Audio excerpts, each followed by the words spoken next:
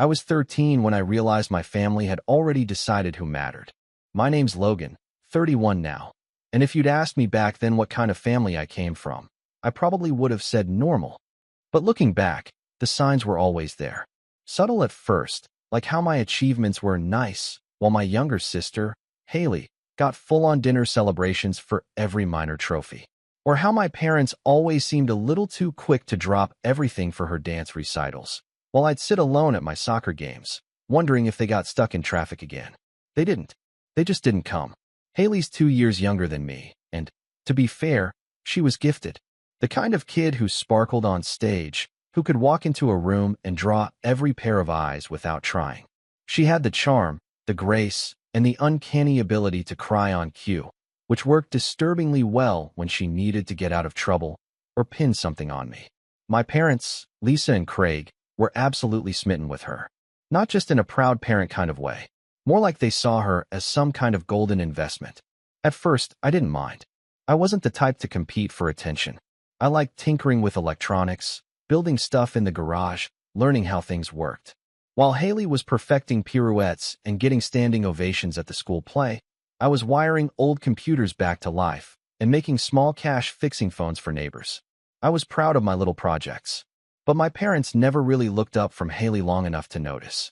And when they did, it was usually to say something like, "That's nice, Logan, but don't spend too much time on that stuff. You don't want to burn out before you even get to college." College. That became the line in the sand. Haley was groomed for it. Elite summer camps, tutoring, college prep courses starting freshman year. Me? I was told to be realistic and consider trade school. Nothing wrong with trade school, of course. But it wasn't my dream. I wanted to study engineering, maybe even start a tech company someday. But whenever I mentioned it, I got the same response. A tight-lipped smile and a lecture about not everyone being cut out for big dreams. It stung, but I pushed through. I figured if I just proved myself, they'd come around. So I kept working, fixing things, learning to code, teaching myself software design from old manuals and YouTube videos. I built my first app at 16. It was clunky, ugly, and barely worked. But it was mine. I remember showing it to my parents, expecting something.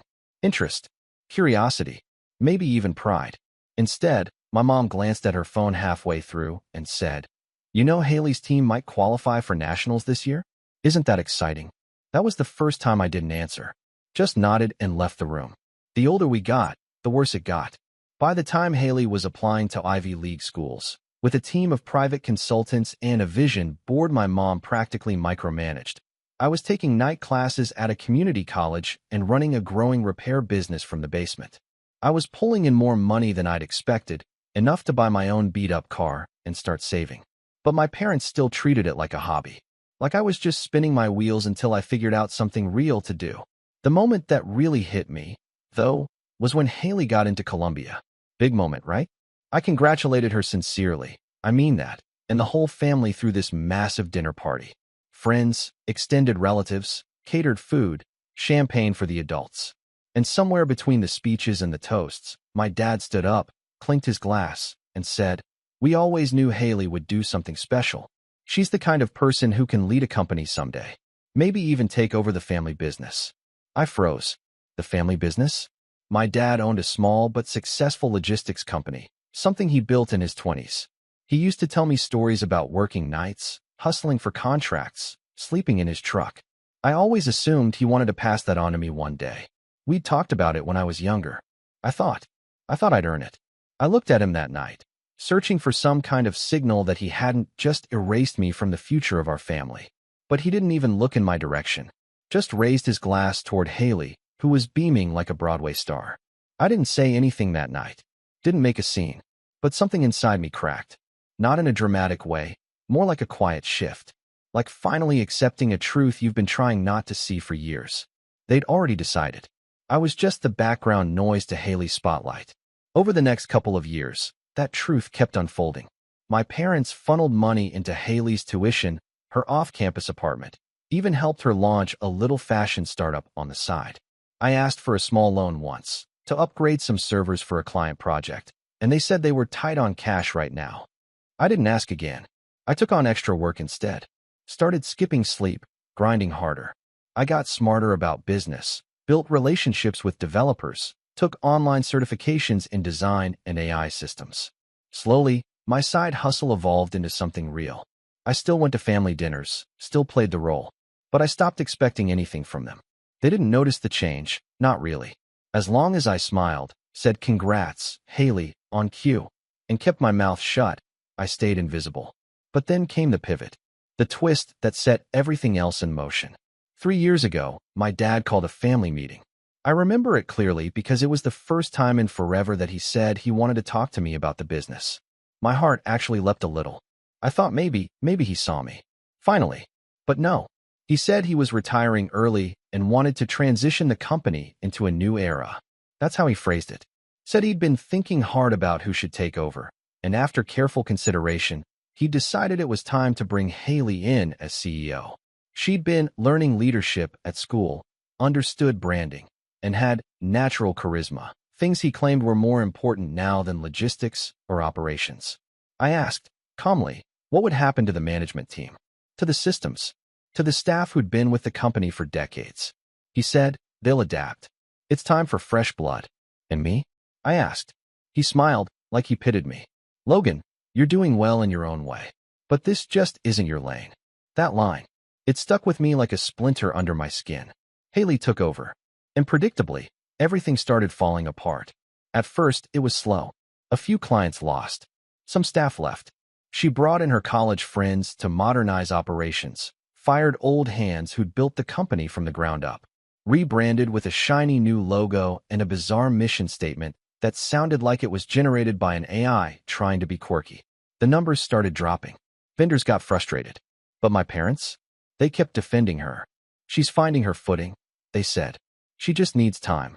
I stayed quiet, focused on my own projects. My business had evolved into a full-fledged tech consultancy by then, with 5 employees and clients across 3 countries. But I didn't brag, didn't gloat. Still, I watched.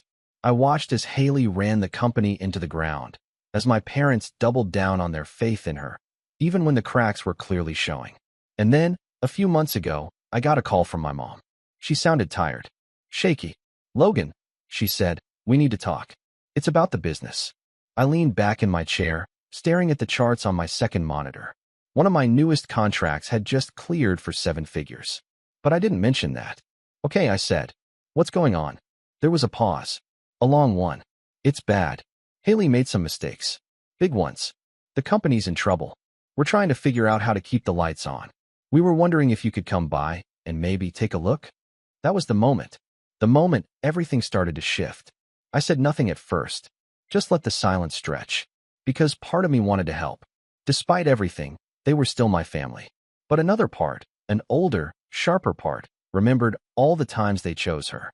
All the times I was told to stay in my lane. All the dinners I spent smiling while they toasted her success like I didn't exist. And now? Now they were calling me. Begging. That's when I realized. They hadn't just underestimated me. They'd forgotten I existed. And now? Now they were remembering. At the worst possible time. But the thing is, I wasn't the same Logan they'd pushed aside. And I had no intention of saving them quietly. I didn't go over to their house right away. Not because I was trying to be dramatic, but because I needed to feel that they needed me. After years of being the afterthought, the shadow in Haley's spotlight, it felt strange having them reach out first. My mom sent a follow-up text the next day. Logan, I know you're busy, but this is serious. Dad is worried. We could really use your insight. I almost laughed at that. Insight. As if I hadn't been quietly building my own empire while they poured every resource into my sister's vanity projects. Still, I agreed to come by later that week. I didn't wear a suit. Just jeans and a hoodie. I wanted to remind them that I was still me. The version they decided didn't look like success. My mom opened the door, looking 5 years older than I remembered. Her hair was tied in a messy bun, eyes puffy like she hadn't slept in days. Logan, she said, pulling me into a hug. It's really bad. The living room looked the same, but the energy was off. My dad was sitting stiff on the couch, staring at a folder like it was full of death certificates. And Haley? She wasn't even there. Apparently, she was meeting with a branding coach that afternoon, which, according to my mom, was crucial. She's still trying to be optimistic, my mom explained. wringing her hands. But we've lost 3 major clients in the last 2 months. Payroll bounced last week. And, well, the bank froze our credit line. I kept my face neutral. Inside, I felt a mix of things: pity, vindication, even a sliver of guilt. But mostly, I felt detached. Like I was watching a documentary about people I used to know. They laid it all out for me. Haley had taken over 2 years ago. At first, she was full of energy and grand ideas. Rebranding the company. Switching to trendy new logistics software that no one in the warehouse could understand. She fired the operations manager, someone who'd been with my dad since year 1, because he wasn't vibing with the new culture. She'd hired her college roommate to handle vendor contracts, which ended in a legal mess. And she was bleeding money on useless influencers to elevate the company's image. I flipped through the reports. Read. And you let this happen? I asked flatly, looking between them. My dad didn't meet my eyes. We thought she just needed more time. She's under a lot of pressure. You know how hard it is for women in business. That nearly made me choke. I've worked with brilliant women. Driven, competent, creative powerhouses. Haley didn't lack opportunity. She lacked accountability. They asked if I could look into the back-end systems, maybe recommend someone to help. But I could tell what they were really asking. They just didn't want to say the words yet. Not out loud. After 2 hours, I told them I'd think about it. That I'd need access to some files and admin dashboards if they wanted a real assessment. They agreed instantly. My dad even muttered something like, "We should have brought you in earlier." It was the closest thing to an apology I'd ever get. When I finally saw Haley the next week, she barely acknowledged me. "Oh, hey Logan," she said, flipping her sunglasses onto her head. "You're here to do IT stuff, right?" I looked at her, waiting. She smirked. "Don't worry, I won't get in your way. I know it's more your speed. More my speed." She still saw me as the nerd in the garage, fiddling with wires while she conquered the world. But the world she built was burning, and she hadn't even noticed the smoke. Over the next few weeks, I dug in. And what I found was worse than I expected. Haley had misclassified employees as contractors, leading to a mountain of back taxes. She defaulted on multiple service contracts.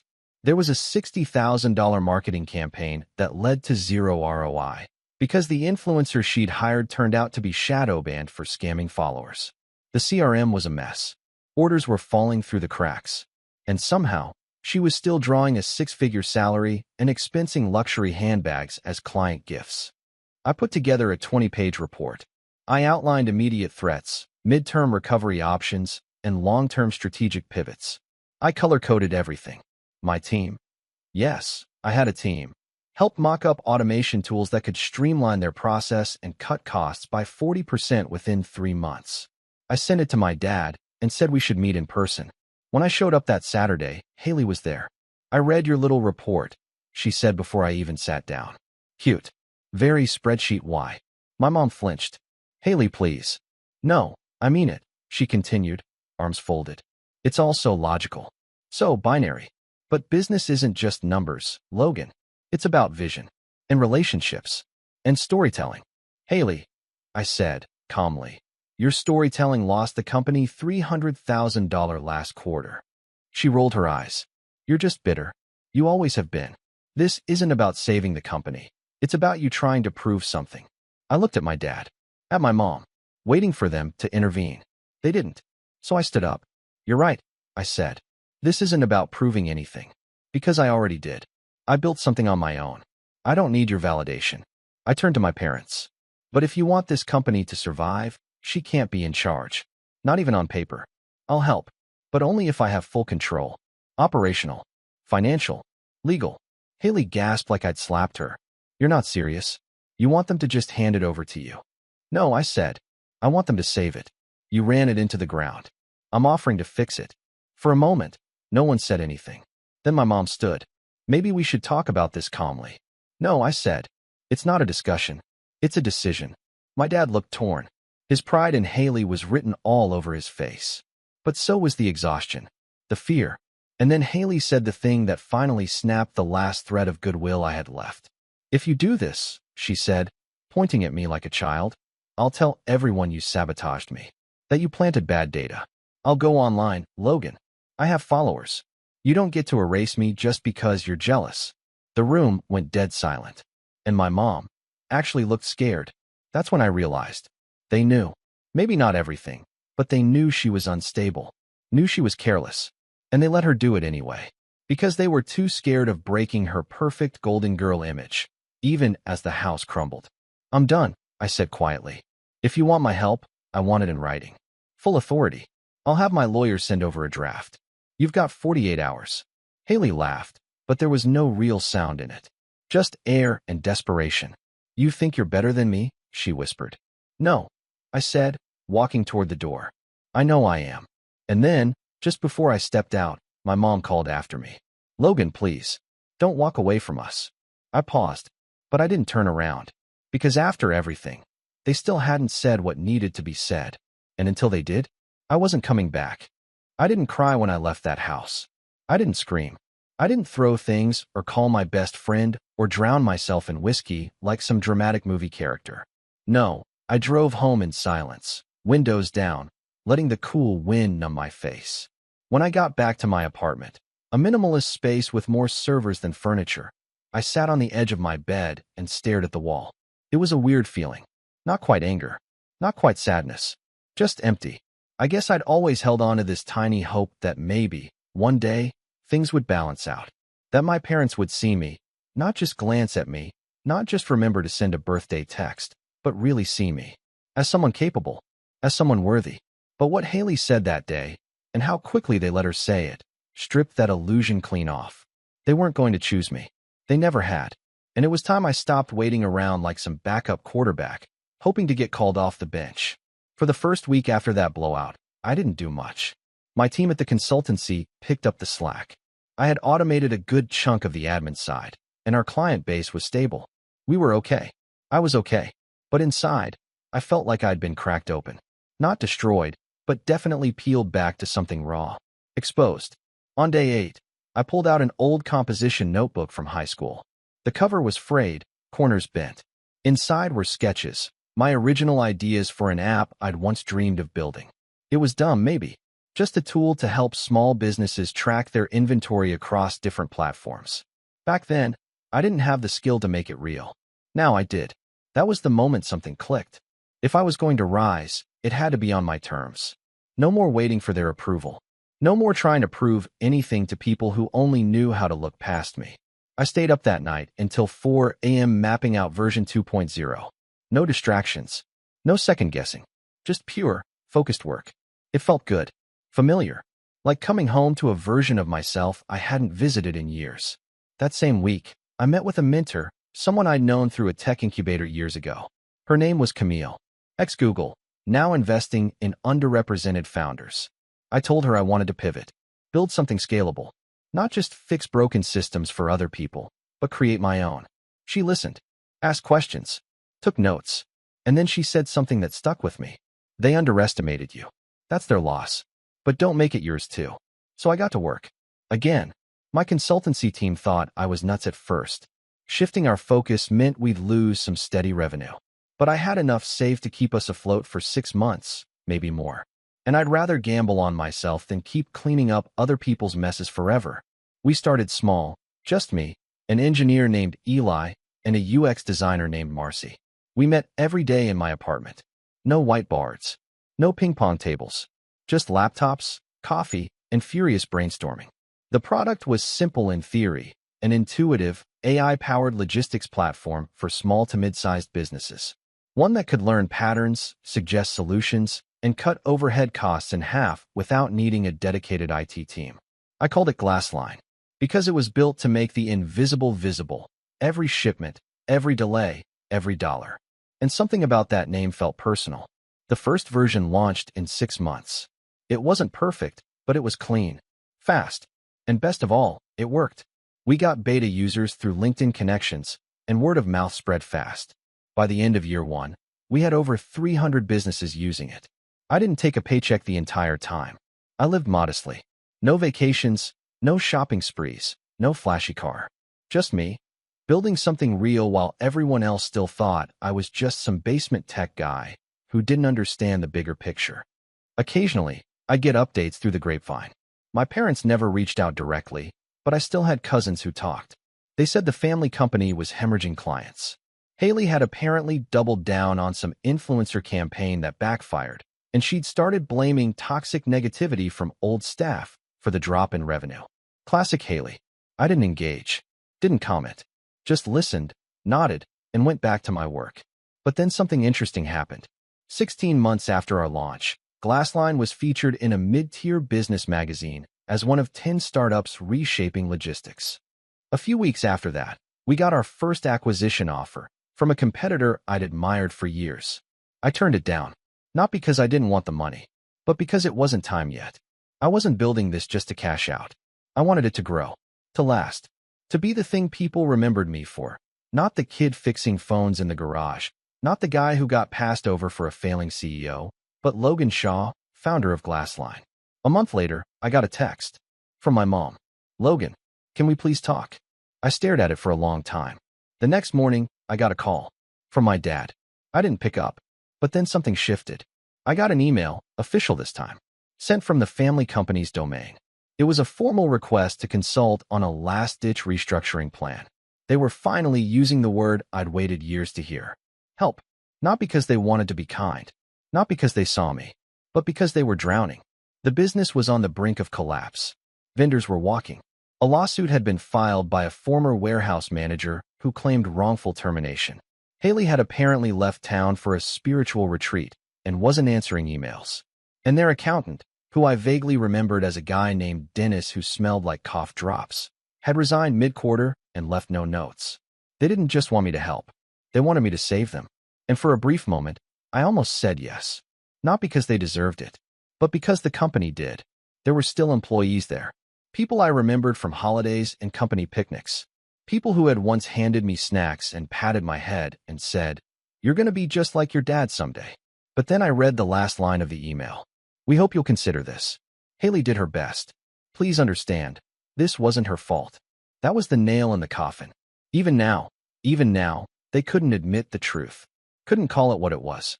So I didn't reply. Instead, I forwarded the email to Camille and asked her to set up a meeting with our legal counsel. If they were serious about a handover, it wasn't going to be a casual favor. I was done doing things out of guilt or hope. I had built something they never believed I could. And now that it was standing taller than the empire they gave away to Haley, now they wanted back in. But I was no longer the kid waiting in the wings. I was the one holding the curtain open. And they were about to find out just how much that stage had changed. It was strange how calm I felt drafting the email.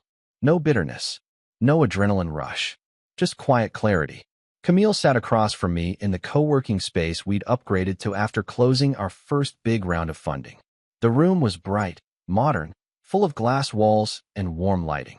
The kind of space I used to dream about when I was coding from a rickety desk in my bedroom with takeout boxes stacked beside me. Now it was real. Mine. "I'm not doing this out of spite," I told her as I hit send. "I know," she said, "but you're also not doing it out of guilt. And that's important." She was right. For the first time, I wasn't reacting to my family. I was responding to reality. With precision. With leverage. With power. The letter I sent wasn't aggressive. It was professional. I addressed it to both my parents, outlining the potential acquisition of their company by Glassline Technologies Incorporated. It wasn't a consultation offer. It wasn't a proposal for shared leadership. It was a buyout offer, with terms attached. Complete operational control. Full ownership transfer within 30 days. All decision-making authority shifted to me and my executive board. Haley removed from any leadership or shareholder role. Permanently. It wasn't about punishment. It was about protecting the business from further damage, and protecting my own name from being associated with their mess unless I had full control.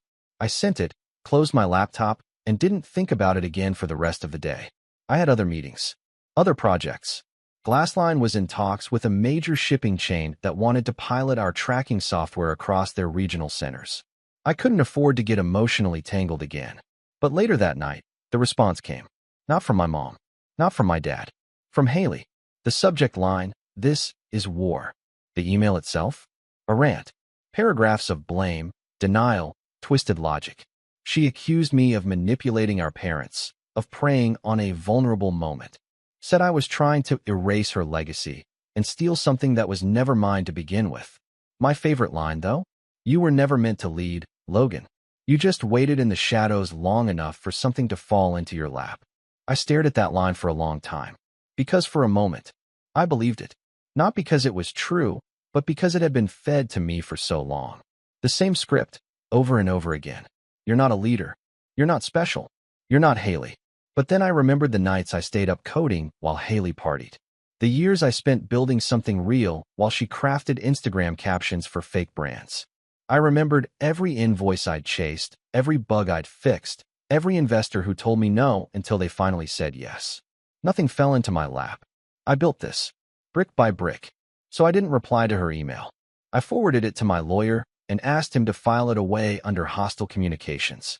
If she wanted war, I'd meet her with silence and strategy. The next few days were a blur of planning. My legal team got to work drafting a formal letter of intent. Camille and I met with our CFO and finance advisors to determine the ceiling for a strategic buyout. I didn't want the company because I missed my family. I wanted it because it had value, if salvaged properly. The logistics infrastructure was still solid. The branding was a mess. The client relationships burned, but the bones of the business were there. It could be rebuilt. With the right leadership. I started reaching out to old staff members, quietly. The ones Haley had let go when they didn't align with her aesthetic. They were wary at first, hesitant to talk. But once I explained what I was doing, the responses changed. One by one, they offered to come back. With conditions, sure. But the trust was there. They remembered me. Not as the kid who used to hang around the office on half-days, but as the guy who never talked down to them. Who asked questions. Who actually cared about how things worked. I also tapped my CTO, Eli, to review the failing back-end systems at the family company. He hacked together a demo that showed exactly how our Glassline platform could replace the outdated infrastructure and save hundreds of thousands within a year. It wasn't just about taking over, it was about evolution. Meanwhile, Camille pulled strings with a few silent investors who were interested in expanding our reach. They didn't care about the family drama. They cared about ROI. And if I could secure the acquisition, it would open doors into a different market segment entirely. Things were falling into place. But then came the curveball. My parents requested a meeting. Not over email. Not through lawyers. In person. At the office. Not their crumbling one mine. At first, I hesitated. Every instinct told me it was a trap. Some emotional appeal. Some guilt trip designed to make me flinch. But Camille convinced me to take it. You don't have to agree to anything, she said. But power isn't just about winning. It's about showing up on your terms. So I said yes. They arrived late. My mom looked tired, more than before. Her blouse was wrinkled, and there was a visible stain on her sleeve. My dad looked smaller. Not physically, but emotionally. Like the years had finally caught up with him. They sat across from me in the glass conference room, sunlight casting clean lines across the table. You've come a long way, my dad said, eyes scanning the space. I have, I said simply. Why are we here? My mom spoke first. We read the offer. And we're not ready to sign over everything. I waited. Said nothing. But, she continued, we're willing to give you partial control. A transition period. 6 months of shared leadership. We think that's fair. I nodded slowly. Then stood up. Meeting's over. What? My dad said, startled. You don't have 6 months, I said. You barely have 6 weeks. Your accounts are redlined. Your staff is leaving. Haley's one influencer away from dragging your brand through another PR disaster. And you think this is leverage? My mom's voice cracked. Logan, please. It's still our company. No, I said. It was. Now it's a sinking ship. And I'm offering you a lifeboat. If you don't want it, that's fine. But don't pretend you're still at the helm. Silence stretched. And then my dad whispered something I wasn't expecting. She said she'd sue us. I blinked. What? Haley, he said, not meeting my eyes. She said if we signed the company over to you, she'd sue for emotional damages. Claim we cut her out unfairly. That we destroyed her future. I laughed. Actually laughed. That's rich, I muttered. She destroyed herself. I just offered to clean up. They didn't respond. I softened slightly. I'm not here to hurt her, I said. I'm here to save what's left. But I won't do it half-blind. I won't do it with one hand tied behind my back. They looked at each other. My mom wiped her eyes. Then my dad said, quietly, we'll talk to the lawyers. That night, I stayed up late in the office. I wasn't celebrating. Not yet. There was too much still at stake. But something inside me shifted. For the first time in my life, I wasn't just fighting for a seat at the table. I was building the damn table. Choosing who sat at it. What the menu was. What the rules were. I had the leverage now, and I was going to use it. Not to destroy, but to rebuild. In my image. My parents signed the papers exactly 12 days after that meeting. It happened on a Wednesday morning, in a lawyer's office overlooking the city skyline. The conference room was quiet except for the shuffling of papers and the occasional click of a pen. My mom didn't look at me. My dad's hand trembled slightly when he signed the last page. Haley wasn't there. She'd refused to attend, sending a furious email the night before that ended with, "You'll regret this. You'll all regret this." But I didn't regret anything. The moment the deal was done, Glassline Technologies officially acquired the family business, renamed it, restructured it, and began the full-scale transformation. We called it Shawlink. Not for ego. For clarity. The old company was tainted, bloated, broken. Shawlink was clean, precise, scalable. And for the first time in its 37-year existence, it was mine. The first thing I did was walk through the old building. It was eerie, dusty corners, empty desks, broken vending machines. Half the warehouse lights didn't even turn on. My dad had once told me this company was his proudest achievement. But under Haley's leadership, it had become a husk. So we gutted it. Not completely, just enough to breathe life back in. We brought in my team from Glassline. They updated the logistics systems, automated half the manual processes, and implemented real-time shipment tracking with predictive delays. It took weeks of working late, weekends included. But the energy was electric. Everyone could feel it. Something big was happening. I personally rehired 5 people Haley had fired. The operations manager, Tim, nearly cried when I walked into the diner he worked at and asked if he wanted to come back. He didn't even ask about salary, just shook my hand and said, "I've been waiting for this day for years." The staff meetings felt different now. No more jargon. No more buzzword-heavy slideshows. We talked numbers, results, strategy, and people listened, not because I demanded it, but because I earned it. And then came the real moment of payoff. 3 months after the acquisition, we landed a contract with a nationwide medical supplier. They needed efficient, discrete distribution across 12 states with zero tolerance for delays. The old company would have buckled under the weight of that request. Shawlink executed flawlessly. And just like that, revenue doubled. Meanwhile, Haley imploded. After the sale, she tried to rally support online. Made a long, overly filtered video titled "The Truth About My Brother's Takeover," and painted herself as the visionary who had been cut down by corporate greed and patriarchal control.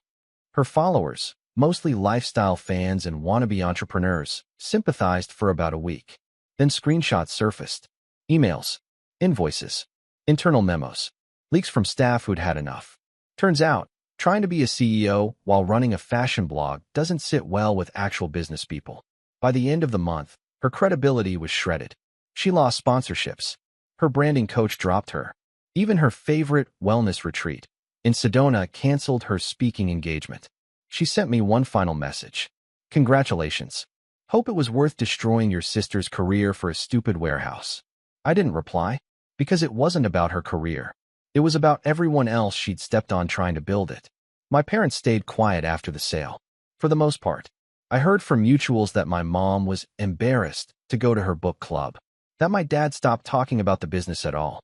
They hadn't just lost the company, they'd lost the illusion. For years, they thought they were shaping a dynasty through Haley. But they were just propping up a house of cards. 6 months after the acquisition, my dad called. I let it go to voicemail. His voice was low, worn down. "Logan, I just wanted to say, I saw the article in Forbes. You're doing something incredible. I'm sorry I didn't believe in you sooner." That should have hit me hard. It didn't. Because by then, I didn't need it. I'd already won. Not just the company. Not just the success. I won back myself. The version of me I used to bury for their comfort. The kid who fixed old phones and drew app sketches in composition notebooks. The teenager who swallowed his pride every time they said, "Be realistic." The man they tried to pretend was just doing okay in his own little way. He wasn't little anymore. He was the reason hundreds of people had jobs, families had income, and vendors were getting paid on time. And they knew it now. Everyone did. We held a relaunch event at the new headquarters, a modern facility on the outskirts of the city. It was sleek, energy efficient, and equipped with tech that made our old warehouse look prehistoric. Clients flew in from all over the country. We unveiled our new partnerships, presented future expansion plans, and celebrated the next chapter of Shawlink. I stood on the main stage at the end of the night. No script, no slides, just a microphone and a packed room. I want to thank everyone who believed in the work before the world did, I said. To the ones who stayed loyal, who got back up after every setback, who made something out of nothing. We did this. Together. The applause was thunderous. I stepped off stage and walked out into the cool evening air. There were stars overhead. Quiet. Clear. And for the first time in years, I wasn't carrying anything. No bitterness. No need for revenge. Just peace. And that, I think, was the real win. Because in the end, they didn't just underestimate me. They handed me the keys to prove them wrong. And I did it. Silently. Relentlessly. Without permission. But on my terms. And that was the last time anyone ever called me the Shadow.